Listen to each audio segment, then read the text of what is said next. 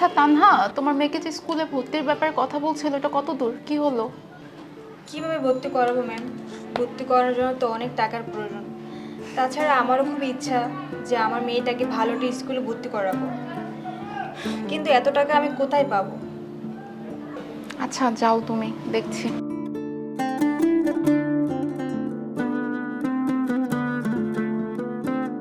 আরে তানহাওর মেয়ের অ্যাডমিশন ব্যাপারে কিছু একটা বলতেছিল, সব ঠিকঠাক আছে তো?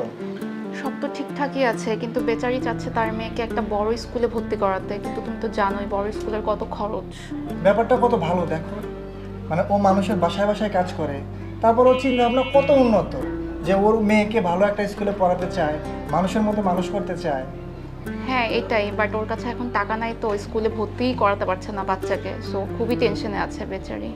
আচ্ছা, আমরা তো একটা কাজ করতে পারি, যেহেতু ওর অ্যাডমিশনের জন্য টাকা নেই, তো আমরা টাকাটা দিয়ে দেই। হ্যাঁ ভালো কথা বলছো তো।